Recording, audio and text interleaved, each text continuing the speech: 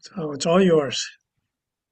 All right. Well, thank you so much, Gary, and thank you, Cheryl, for the introductions. I'm really happy to be here. It's actually, I think, my first time that I've presented to Arlington Neighborhood Village. I'm very familiar with Arlington Neighborhood Village. I've been trained as a volunteer, although haven't done a whole lot. I hope to do more as my retirement continues.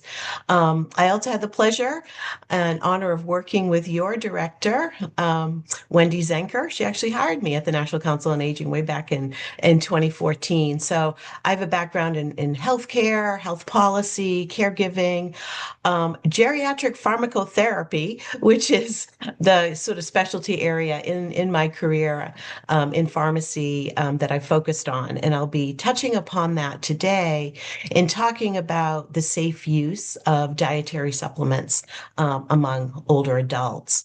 And this is a really broad topic. So I'm not going to touch on every supplement that's out there because there are literally hundreds and hundreds of supplements and you hear about them every day. So I'll touch on more of the common ones and really focus on benefits, risk, and safe use. So the objectives for my presentation, as I mentioned, are really to explore the role of dietary supplements in helping to promote health and wellness among older adults, how to choose supplements as wisely as possible, and recognize when supplements may or not be needed. Understanding some of the hype around supplements. We know there's a lot of that. Um, how to avoid potentially harmful interactions with with medications that you might be taking, and then some guidance on questions that you should be talking to your doctors about as it relates to dietary supplements. So hopefully that'll be helpful for you as we move forward. But I thought to get started, it would be helpful to have kind of a definition of what I mean by nutritional or dietary supplements. And a dietary supplement is actually defined by the Food and Drug Administration as a product meant to supplement the diet. Um, and it can include things like, vitamins, minerals, herbs, amino acids, other dietary substances. And there are a number of different ways in which these supplements come, as you probably know, tablet form, capsules, powders, gummies, even liquids, injectables. And we know that supplements are being used by a lot of people every day in the United States. About 75% of adults in the US use one or more supplements. And I have a feeling that if I asked you to raise your hand, if you use a supplement, probably at least 75% of you will raise your hand. I think the rate of supplement use among people over the age of 60 is probably a little bit higher than 75%. This is, like I said, a huge industry. It's about $60 billion per year in the United States. And there's a lot of players in the marketplace for dietary supplements trying to get a piece of that market. I think probably the most important message that I hope to convey to you all today is that dietary or nutritional supplements are not intended to replace healthy foods in the diet. Okay. And I'll come back to that many times. But when used appropriately and under medical guidance, supplements can really help fill nutritional gaps, can help manage certain health conditions, and improve overall well-being. But you need to be educated about what you're taking, and hopefully this presentation will assist in that effort. So I know you're probably all interested in, how nutritional supplements are actually regulated. And well, they're really not. They are um, actually regulated, and I use the word regulated kind of loosely, as foods and not drugs in the United States. So, as many of you know, probably, prescription drugs go through a very rigorous process to be approved for use in the United States through, clinical trials proving effectiveness, benefits over risks, et cetera. The same is not true for dietary supplements that we can all buy over the counter. There is something called the generally recognized as safe, and that's kind of a voluntary process that dietary supplement companies can present data to the FDA on their particular products. When there is a new ingredient, a new dietary supplement that's being introduced, there is data that is required by companies by the FDA. Um, so there's not, again, a lot of approval process or evaluation prior to them being put on the market. And we know that, unfortunately, the quality and the strength of these products can vary by brand. And there are many, many brands, as you know. Like looking at this picture on the slide, someone trying to choose, which product to choose from, it can be overwhelming. Um, so one other thing to know about, we talked a little bit about this before we started today. The FDA can take action. They can go in and inspect dietary supplement manufacturers if they have been alerted to any problems with that manufacturer. So they can go in and inspect and identify where the problems might be or not be. So that is something that happens. However, it doesn't happen as much as it needs to happen in this country.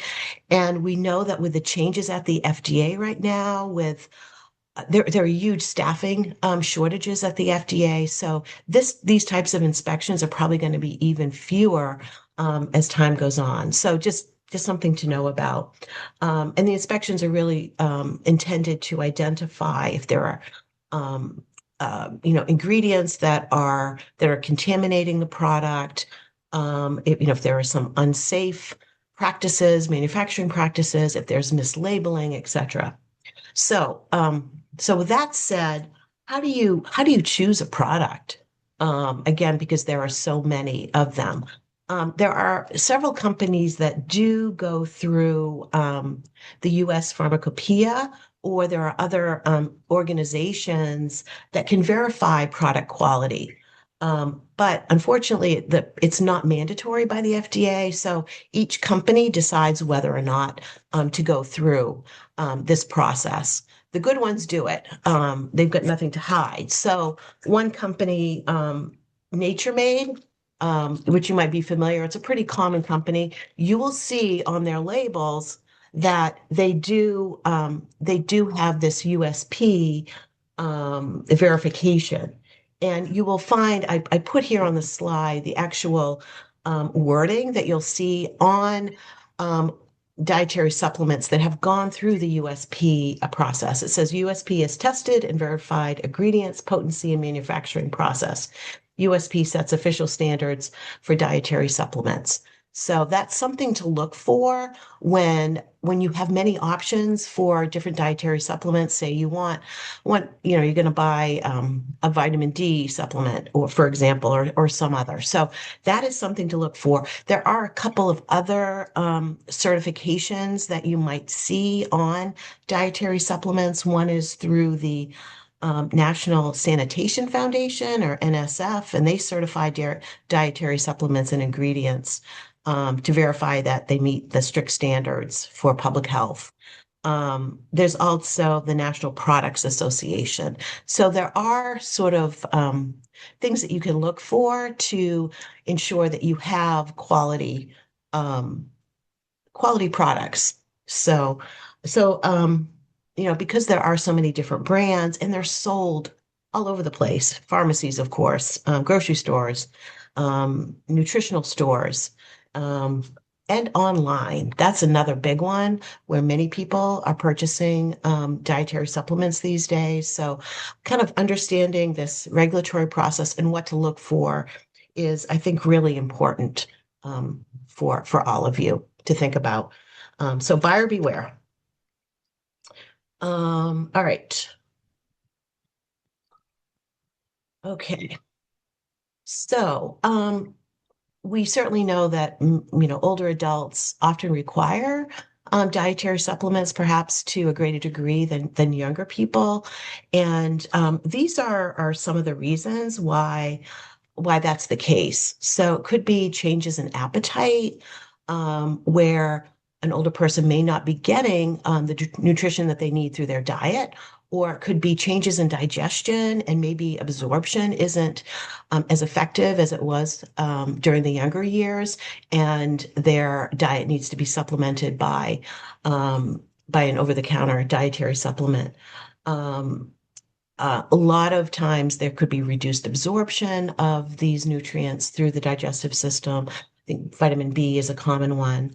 There are certain medications that might increase nutrient needs. Also, there are chronic conditions or certain symptoms that may benefit from supplements. So one common one, that you probably heard a lot about, I think over the last 4 or 5 years, is turmeric, which has anti-inflammatory properties. So a lot of people are turning to that to help with maybe some inflammation that they're experiencing later in life. Probiotics are another one. We're seeing huge uses in probiotics for digestive issues and also to boost immunity. But I also think, and this is true of the general population, we're seeing huge increases in use of dietary supplements because I think people are, seeking alternatives to pharmaceuticals because they could have, experienced adverse effects, side effects. They can't afford the prescription drugs, perhaps, so they're seeking less expensive alternatives to, some things that might be prescribed to them by their doctor. So just kind of, an overview of why we're seeing use of these products by people over 60. And, as I mentioned before, there are, potential benefits. They can fill the nutrient gaps, help to correct or prevent nutrient deficiencies where they exist, especially when the diet might be limited for a person. They can support bone, heart, muscle, brain health, and other functions. And they can play a role in, overall health and well-being when used safely. So, all right, but they absolutely do carry some risks. And I wanted to talk about them, and I'll provide a little bit more detail on some specific risks for certain supplements. Um, yeah, and especially true, these risks can be more common among people with like multiple chronic conditions or those who take multiple medications. So one is overdose or toxicity. So high doses of certain types of vitamins, particularly those that are fat soluble, meaning they actually get absorbed by the fat and the muscle in our body, can accumulate and they can cause harm to our body, particularly to the organs, like, kidney and liver. Um, Also, there are a number of prescription drug and supplement interactions. Um, and I'll talk about calcium because that's one that we see a lot of drug interactions, like vitamin K interacts with certain herbals and can interfere with the effectiveness of blood thinners like warfarin. So that's something to be aware of. Also, contamination or mislabeling, that can be a risk. I've mentioned that before. Some supplements may contain unlisted ingredients. It could even be the fillers that they put in the tablet or the capsule that aren't listed. They should be listed, but sometimes they're not, and it could be something that you could be allergic to. And also, we see this quite a bit, variable doses, even though there's a particular dose listed on the label for the medication, for the dietary supplement. And then also false, misleading, or unproven claims about the dietary supplements. Some promise miracle cures that really lack the scientific evidence. So again, do your research before purchasing any dietary supplement. The latest one that I heard about this week is methylene blue, which is which is being promoted by certain people in the podcast manosphere. Um, and it's actually a dye. And it's been used for different things over the years, but it's being sold as a way to like increase energy because that has an impact on the mitochondria in the cell. But there is no, or some people are claiming it also can help with cognition, but there is no research showing this. There's ongoing research to look at methylene blue as a potential, but stay away from it. Don't believe anything you read about that one. Okay. Um, and also what's available over the counter? I don't know if it's available in pharmacies, but probably online it can be purchased.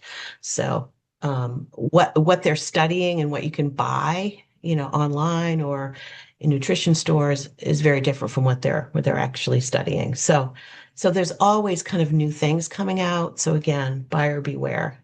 Don't fall for these health claims. There's no such thing as a miracle cure.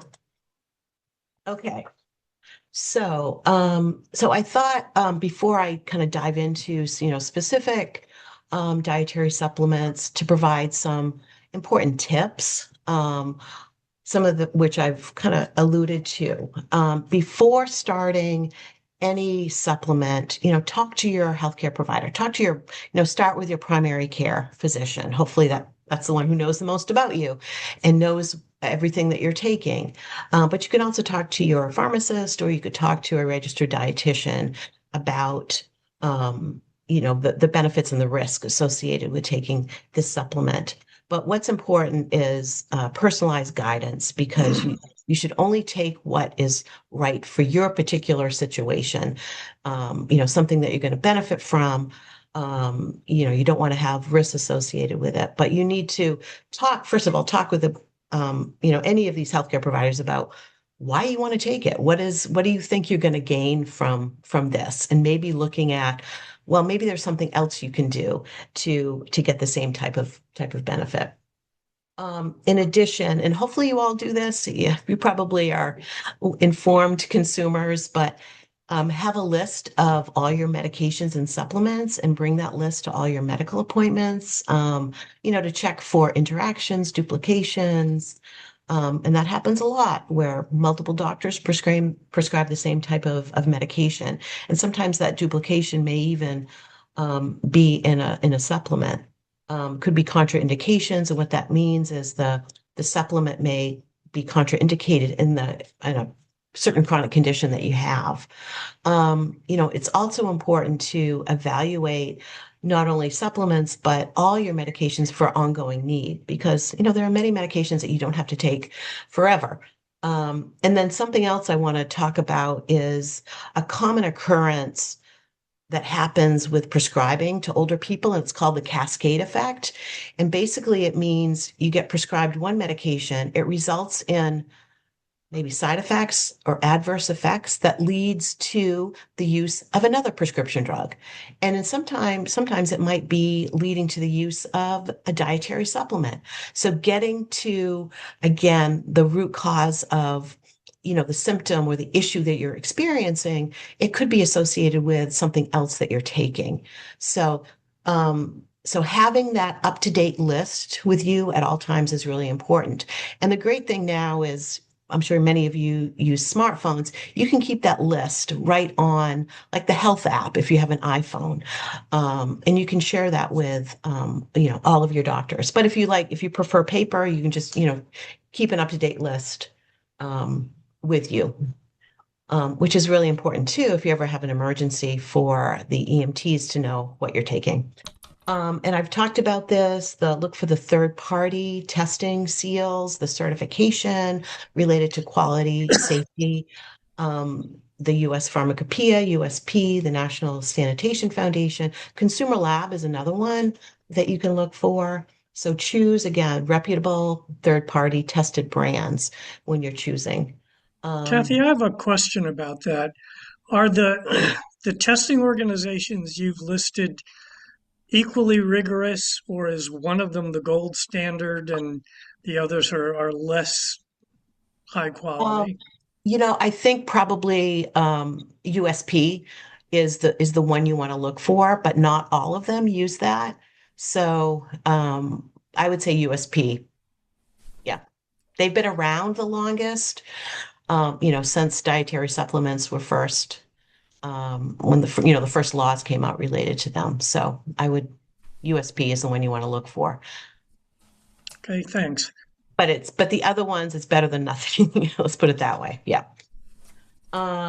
Again, looking at, not taking more than the recommended doses of dietary supplements is really important. In fact, as we get older, we should actually start lower with doses of certain things. One rule of prescribing and using substances, prescription or over the counter, is start low and go slow. So you may have heard that before. And I'll say this again, prioritize food first. So you want a balanced diet rich in fruits, vegetables, whole grains, lean protein, and dairy or fortified foods. Should provide the nutrients that you need, but not in all cases. And that's why some people do need dietary supplements. So I put the link to the dietary guidelines website here so you can kind of understand, what you should be eating on a daily basis, how many fruits and vegetables, how much lean protein, etc. Yeah, and hopefully you've had dietitians present to this group in the past. They're really, really important as we get older. So some other kind of words of advice, supplement needs change with age and health status. More is not better. And medication supplement interactions do matter. So being informed about what you're taking is really important. And it's also critical to kind of reassess on a regular basis. The need for a supplement, even the need for prescription drugs as well. I recommend we go to the dentist twice a year. We should have our prescription drugs, over-the-counter medications checked by a doctor or a pharmacist at least twice a year, and whenever there's a change in use of those products. All right. Okay, so vitamins. Vitamins are one major class of dietary supplements, as you probably know. And are commonly used by older people. And these are probably the ones that we see most frequently used among older adults: vitamin D, B12, vitamin C, A, E, and K, and then multivitamins. And certainly vitamins help the body work the way it should. There are actually 13 essential vitamins. Some are fat soluble, as I mentioned before, and some are water soluble, like vitamin C. One I wanted to, well, I don't know, FAM-E seems to be a popular one that some of you may have heard of. It's a vitamin E supplement that has the full spectrum of vitamin E's, because there's more than one. Basically, when you buy vitamin E, if it's just vitamin E, it's tocopherol, but there are other variations of vitamin E. And it's claiming to offer kind of superior antioxidant support for like heart health. So just wanted to raise that one if some of you may have heard about that. Okay. All right. And then minerals are another major category of dietary supplements. And minerals help with bone health, fluid balance, and many metabolic processes.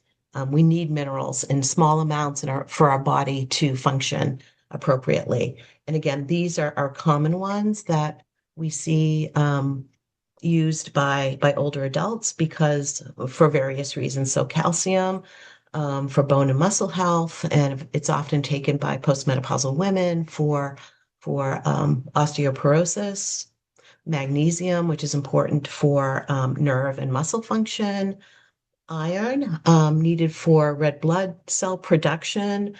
And it can be low in some older adults. for a variety of different reasons. And typically, for iron supplementation, blood work is needed to identify how much of that supplement should be used to add to what the body is producing or not producing. Zinc is another common one to support immunity and wound healing, and then selenium, which has antioxidant properties. Okay, we've So, got a couple of questions here and comments. One of them, Steve says that NSF is a highly regarded organization, so I vote for another testing organization. Next yeah, question is, National is there, Sanitation Foundation. right, is there any time during the day that's better for taking supplements? With a meal, before it, after it?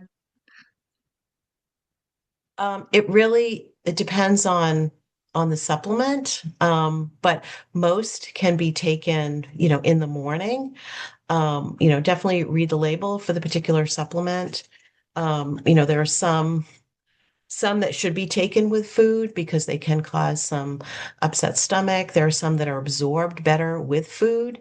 For example, some that may not be absorbed with like a fatty type meal. So yeah, kind of, understanding, what the label says on that, if there is, or doing your research to find out when it's most appropriate. But um, if you're on, you might want to, if you're on like the water soluble um, vitamins, you may want to take them over the course of a day, maybe morning, noon, and night.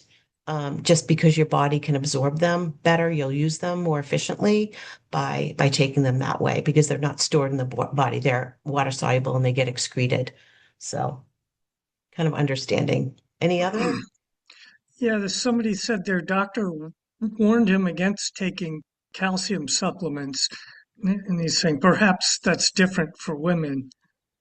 I'm going to talk about that in just a moment. Yes, that's a really, really important point. And the thinking and the research around calcium supplementation has definitely changed over the last several years. So I'm going to talk about that in just a moment.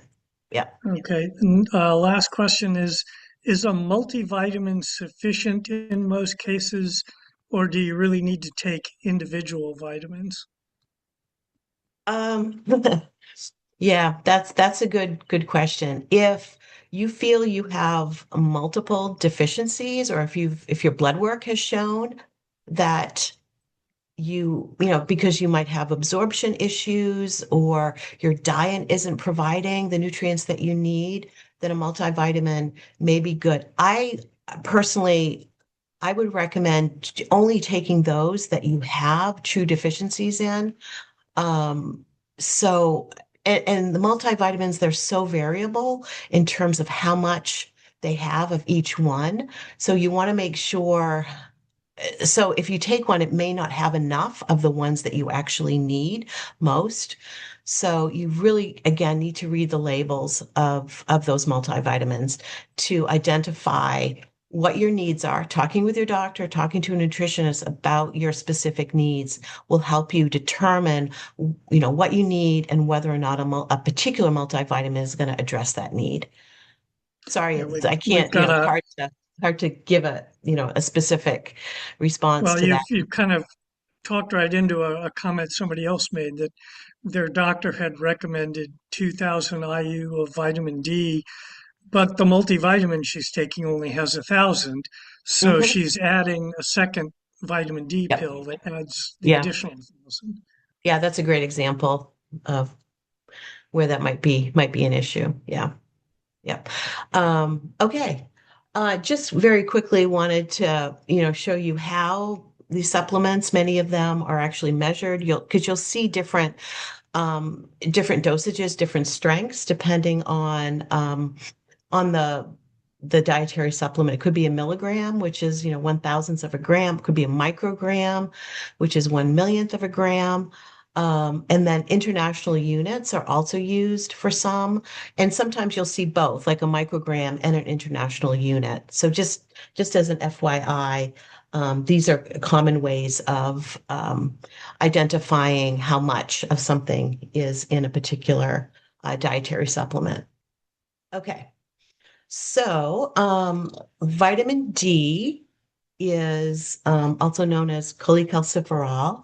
And on this slide, I've put kind of the requirements um, that are needed by people over the age of 51 and 71. Um, Oftentimes, we see deficiencies in older adults. I have a vitamin D deficiency, and it was identified through blood work. So maybe many of you have had blood work to identify that. And why is it common to have a deficiency in vitamin D as we get older? And part of it is due to our skin's ability or reduced ability to make it through sunlight.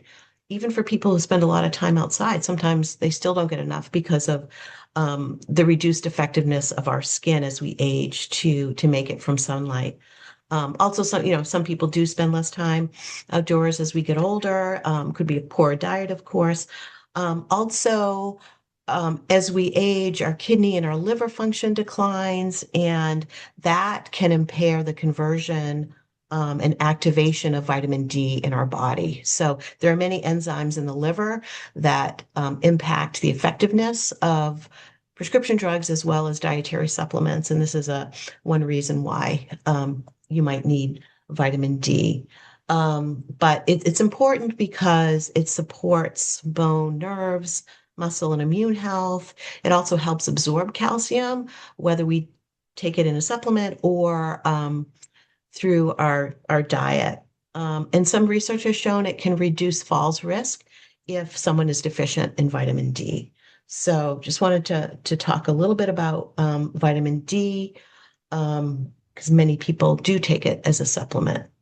Can you talk a little bit about the effect of sunscreens on your ability to make vitamin D from sunlight? Oh, that's a good question. I am not sure if it I have not ever heard that reduces the amount of vitamin D if we use sunscreens, but I can look that up and get back to the person who asked the question. Um, yeah, I'm not sure, but does anyone What does else NMT mean heard here about on the that? chart? What's that? What does NMT mean? Oh, no Under more than, requirements. sorry, no more than. So no more than 4,000 IU per day. Anything over that would be sort of considered a megadose and could cause harm for some people. And some people may need that much if they have really, really low levels of vitamin D, but maybe just for a short period of time. And then when it levels out, they might go to a lower dose. So just wanted to mention that. But yeah, I can get back to Gary. I'll look that up and see if there's anything about the use of sunscreen and vitamin D interaction. Okay, thanks. Yes. Okay. So calcium. Calcium is is an important mineral that we all need for supporting bone and muscle health. Um, there are some risks associated with it, but let me step back. For many years we were often told to take a combination of vitamin D and calcium together because again, vitamin D helps with the absorption of calcium that we need for our bones. And as we get older, we have higher rates of osteopenia, osteoarthritis, and it can help mitigate some of those issues with our bone health. The thinking has really changed. And again, it depends on what your doctor thinks for your particular situation, but I'm seeing more and more doctors not prescribing a supplement and really having people get their supplement through their diet. And I've listed here the sources in our diet for calcium. You're probably very familiar with them. Dairy products, fortified milk substitutes like almond milk has really great levels of calcium, leafy green vegetables, fish, especially those with edible bones, tofu, almonds, beans. Um, and why is the thinking changing? First of all, there are some common side effects with calcium, could cause kidney stones, um, particularly at higher doses. There are some GI or gastrointestinal or digestive issues, constipation, bloating, gas can also interfere with fat absorption. Some people can even develop, dangerously high blood calcium levels. And that could lead to issues with their muscles, kidney problems, and other things. There are also a number of, well, before I go there, on drug interactions, I think the primary one that doctors have really become cognizant of are cardiovascular concerns or heart concerns with calcium, because some studies have shown that calcium supplementation can increase the risk of heart attack, stroke, and arterial sclerosis. So it can actually contribute to the plaques or the calcium. Calcium can build up in the plaques in the blood vessels of our body, which we don't see when calcium is provided through the diet. So I think that's really the number one concern, particularly, because as we age, our cardiovascular risk increases. So we want to try to minimize that risk associated with calcium supplementation. There's also been a few, evidence is conflicting, but some research suggests a link with prostate cancer. And then some small studies, and there was more research ongoing, showed an increased risk of dementia in women taking calcium supplements. Again, so that this, stay tuned. I think there's going to be more on this as time goes on. But also wanted to mention, calcium interacts with various medications, including antibiotics. And it can actually decrease the absorption of antibiotics. So you might not get the level that you need to fight an infection. Calcium, oddly, can also interact with medications that are used to treat osteoporosis. Again, reducing the absorption of those medications like bisphosphonates that have been used for years and years to treat osteoporosis. Can also interact with certain blood pressure medications, certain diuretics, anti-seizure medications, digoxin that's used for hearts or congestive heart failure, and then things like lithium. And then there are also interactions with other supplements such as magnesium, zinc, iron. So that's kind of why the thinking has really, really changed over the last several years. So I hope any questions about that? And again, your situation may be a little bit different. And maybe your doctor thinks you can take some calcium, particularly if you might have osteoporosis, like if you have a, really severe case of it. Again, that's up to you and your doctor. So, all right. Okay. Vitamin B12. Again, here are some requirements for vitamin B12. And it supports our nervous system and also impacts our cognition. And a lot of older adults do need B12 supplementation because of absorption that declines with age. But also it should be, look to food sources for vitamin B12, poultry, fish, other types of meat, milk, and some breakfast cereals are fortified with B12. Vitamin K is another one that's good for our vascular health, for blood clotting, and for bone health. And I've provided some of the requirements here. Again, and I'm just kind of showcasing, some of the common ones that we see among the senior population. And then in terms of minerals, additional minerals that you might take or consider taking with your doctor's advice, magnesium. Many doctors are prescribing that for muscle and nerve function, and it can also aid in digestion and help with constipation. Um, and I've provided the dietary requirements for magnesium here. Zinc, you may have taken zinc to help support your immune function and maybe prevent a cold from happening or prevent a cold from getting worse. It does support immune function, and it also helps with wound healing, and sometimes is prescribed for people who have, say pressure sores or other types of wounds. And then I've talked about iron. And again, that is typically prescribed short term for people who are iron deficient. And that is determined through blood work. Okay. How are we doing on, we're not doing great on time. So We're about, let me, what's that? I was just going to say we're about quarter to 11, but it's Okay. not really a hard stop at 11. So Oh, okay. So herbal supplements, I'm sure you're all familiar with those that are very plentiful in the pharmacies, and these are the common ones listed here on this slide that we see used by older adults. And I've provided here some of the reasons why they're being used.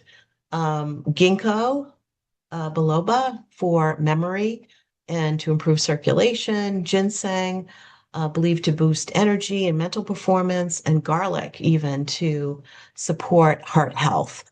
Again, a lot of the research is not conclusive on these benefits.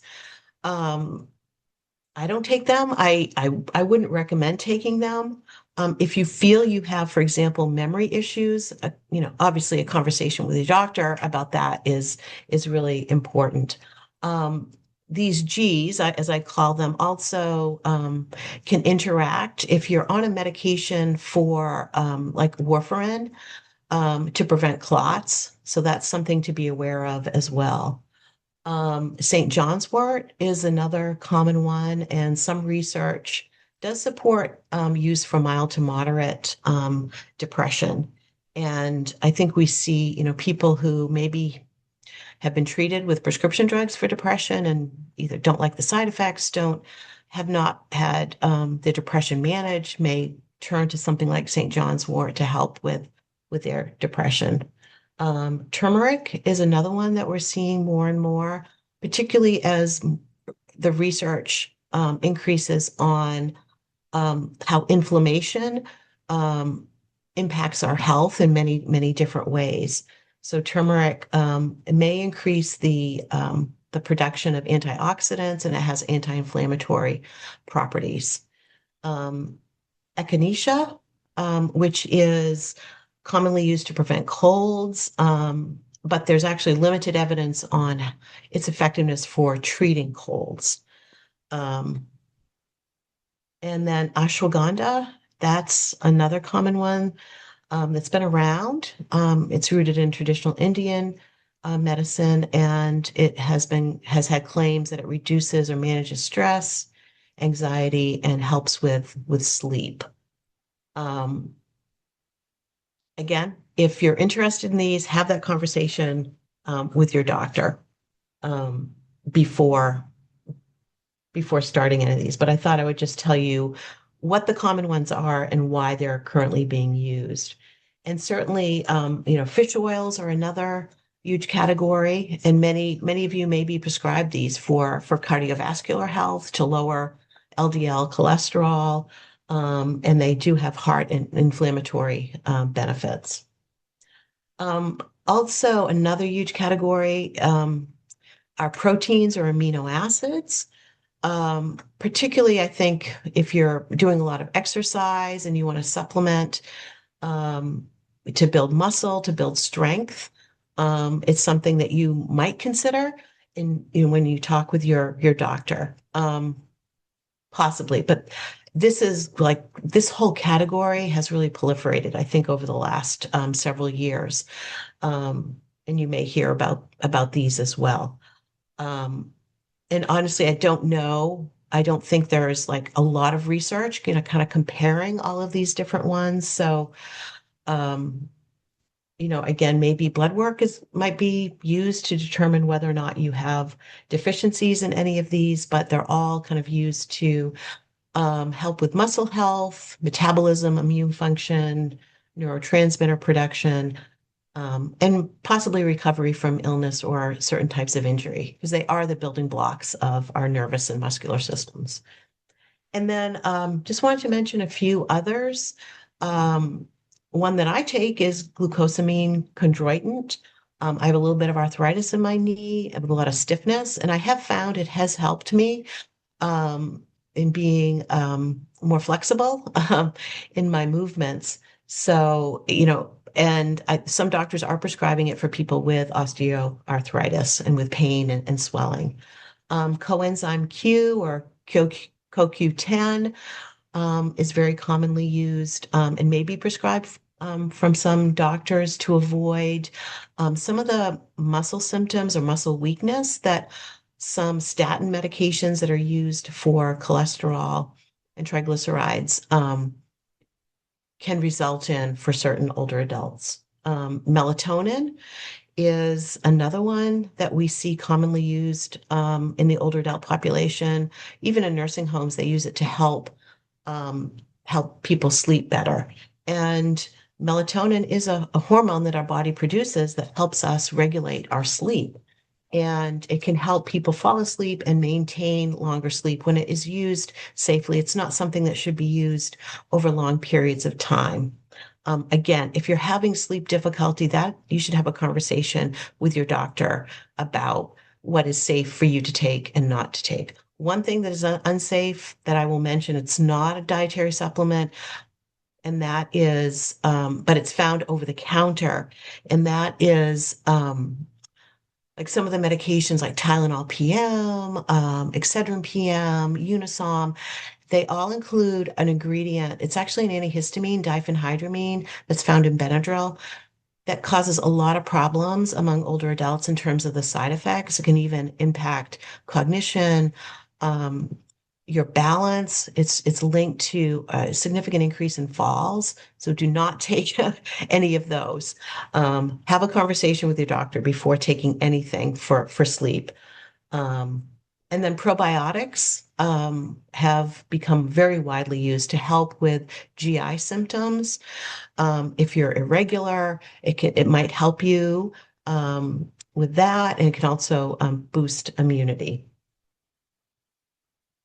And then this is another category that's grown over the last, I would say, 10 or 20 years, and that is lutein and zeaxanthin for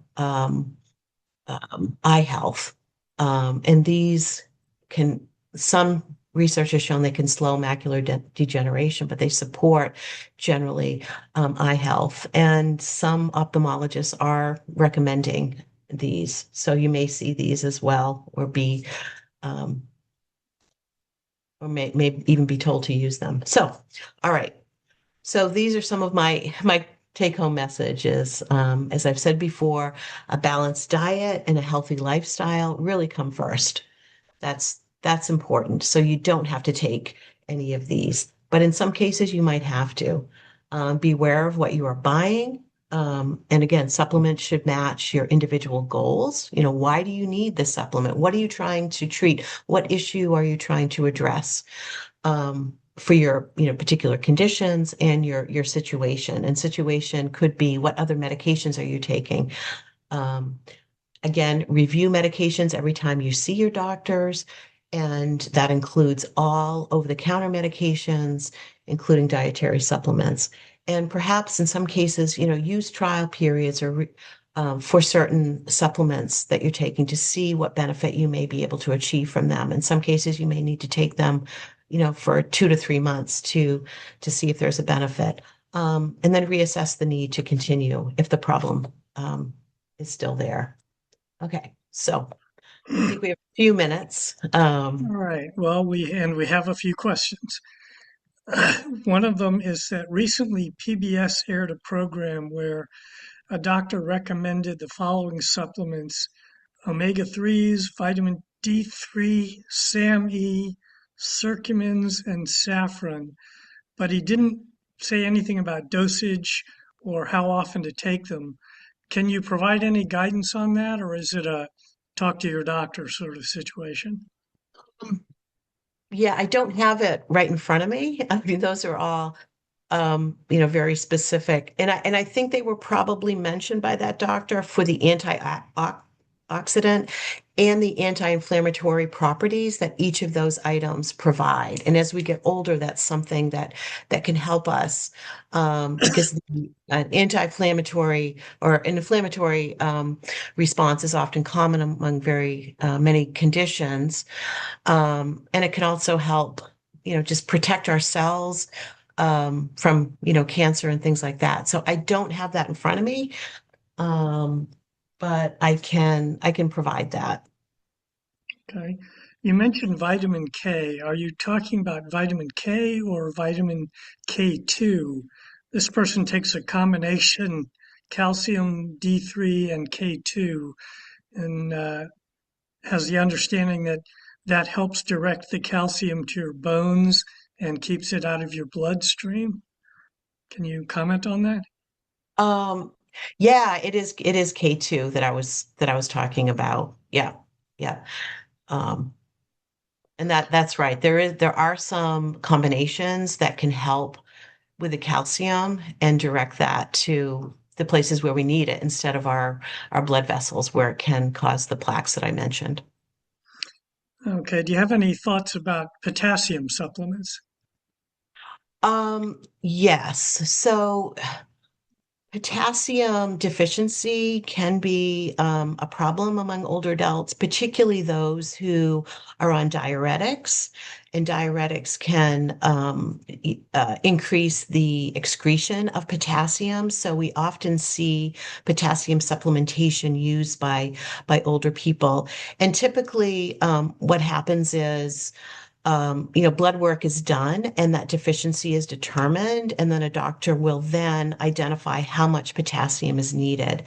And usually it's by prescription that the potassium is prescribed in a certain amount based on the deficiency of the individual. So I would not take any over-the-counter potassium. I would, wait to see if you are having like your annual physical and you have, complete blood work. If that determines you have a potassium deficiency, then it's something your doctor will pick up and address. Okay. Do you have any thoughts about Prevagen? Um, oh, Prevagen, that's the one. That's the one that you see a lot of commercials for these days. I have not looked at that one in particular. I think it's touted to improve cognition, mental function. Um, I need to look at the data if there is any on that, but I've seen the commercials and I should have looked that up before today. But and actually one of the commercials has a pharmacist touting it. So um I am doubtful that it has much benefit, honestly. Um to be, truthful, I would not waste my money on it. Okay, I have a question about probiotics. I've read several times that most of the things that are touted as having probiotics don't really do anything for you, that 24 or 48 hours after you've taken them, there's no evidence that they're in your system. Are there any that are effective and any that we should just ignore? Mm. Well, probiotics, are something that for them to be really effective in helping with digestion, you have to really take them daily. You want one that has a mix of the one that I take is has a mix of different types of Lactobacillus acidophilus, different types of that. So you want one that, again, has that mix. I'm not really sure which, there's a number on the market. Culturelle is another big one that we see. Again, I think it's if you're eating a lot of yogurts and other things, that's going to help. But I think it depends on your particular situation. I found that it does help me with my digestion. But you want something that has, again, a mixture of different types of probiotic strains in it. Okay, next question. If melatonin is for short-term use only, how do you get a good night's sleep after you stop using it? Well, that is a great question. There's lots of things. There's, sleep hygiene type approaches that you can use to help with your sleep. Having a regular time that you fall asleep, having an environment that's conducive to sleep, not drinking any caffeinated beverages after, a certain period of time, usually after 12 p.m. Not using your phone or other screen within an hour of bedtime. So all of those things should be practiced by all of us so that we can get good sleep because, sleep has been shown to really improve, as you know, mental function, physical function, cognitive health, and so on. I think you need to understand what's causing maybe the sleep problems to begin with. Some people might take melatonin because they're grieving, because they can't sleep because of, something happening in their life. But you should sort of wean yourself slowly off of it. Again, talk with your doctor about, what might be causing the sleep issues. And so, yeah, I think sleep hygiene is the way to go. Um, using those practices as much as possible and sticking to them. I think consistency is really important in getting a good night's sleep. Yeah. All right. Well, I don't think I see any more questions. If anybody's got one last one they want to stick in, otherwise it's a little after 11 o'clock. Great presentation, Kathy. That was, you covered a lot of helpful information that we all need to know. So, thank you. Oh, you're welcome. Well, glad to do it. And again, I'll follow up, Gary, with some of the questions that came up that I didn't have the answers to right away, if that would be Okay. helpful. Okay. So got a lot of applause signs here for Kathy's presentation. So that does it. There will not be Coffee and Conversation next week because it's Christmas Eve, and then there is a in-person get-together on Wednesday, December 31st. So I believe that's going to be over at also at Lorcom Lane, but I'm not sure. So we can stay tuned for that. And thank you again for the privilege of hosting Coffee and Conversation for the last 2.5 years. And as I said, I leave this wonderful event each week in good hands with Carolyn. And I wish you well, Carolyn, and I will definitely be available to provide speakers. Thank you, Liz, and thank you, Gary. It's been a pleasure to work with you. And Yep, well, happy thank holidays you. to all of you. The pleasure's mutual, my dear. Happy holiday. Thank you. All Take right. care. Gary, can you Bye-bye. stay on for a minute? Sure.